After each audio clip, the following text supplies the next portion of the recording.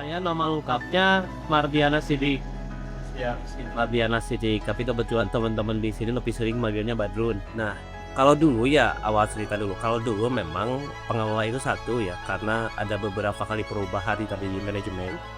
Satu itu mencakup, jadi berbagai atau semua tugas itu dikelola sama satu pengelola. Nah, kalau saya kebetulan diamanahi tugas sama manajemen itu untuk megang keuangan, administrasi, personalia, dan aset. Katanya Spelagio ini teh merupakan salah satu partai binaan BUMN. Itu benar nggak? Betul. Itu sejarahnya bisa seperti itu kayak gimana? Jadi gini, awalnya ya, flashback dulu ke belakang nih, karena memang berhubungan sama Kampung Pelak. Nah, jadi di wilayah Bandung kebetulan ada salah satu perusahaan panas bumi, PLTP Panas Bumi ya, namanya Indonesia Power. Indonesia Power, PT PLI Indonesia Power.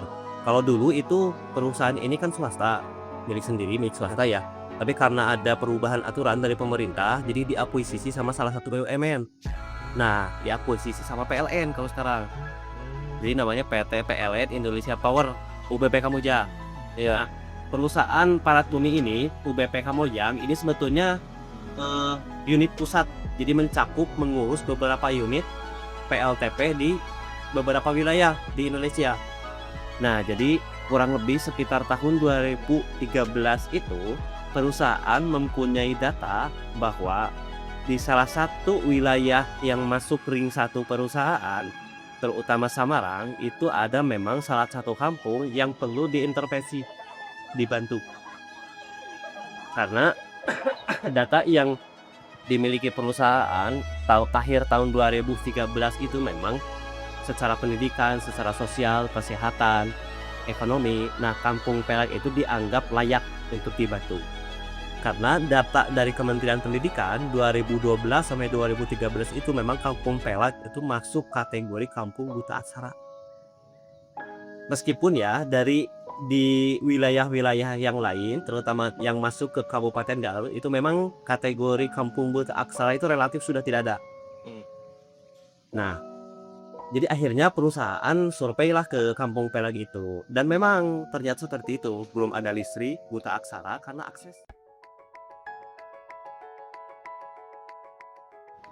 Ada sekarang yang dari desa wisata, terus ada binaannya itu ada PPDI itu perhimpunan disabilitas, terus ada yang di bidang kopi, terus ada yang di bidang recycle. Nah, ini berdiri Pelagio itu dibentuk sebagai inkubator bisnis di bidang yang kayak penjualan makanan-makanan kayak gitu. Cuman ketika berjalannya waktu, kenapa tidak, karena ada salah satu binaan penghasil kopi, dibentuklah semacam kopi shop karena usaha kopi shop juga lumayan jamu. Nah, diharap si Pelagio itu menjadi kopi itu menjadi binaan yang bisa sustainable. Jadi sustainable itu dari perusahaan memberikan dana untuk CSR, dibikinkan bentuk usaha. Nah, si hasil usahanya itu nanti bakal dirasakan ke sosial berkelanjutan gitu. Jadi nggak cuman paling ngasih dari perusahaan udah, tapi jadi terus-terusan secara langsung jadi kepanjangan tangannya Indonesian Power memberikan nilai sosial gitu. Nah, kalau menurut yang terdahulu, Pelagio itu dikasih nama jadi Pelagio itu karena ada semacam singkatan dari Pelag Indonesia. Pelag Indonesia, jadi Pelagio Pape Pelagio jadi berarti udah hampir berapa tahun ya? Udah hampir 6 tahun 7 tahun nih kita udah kisaran 6 tahun di kita enak.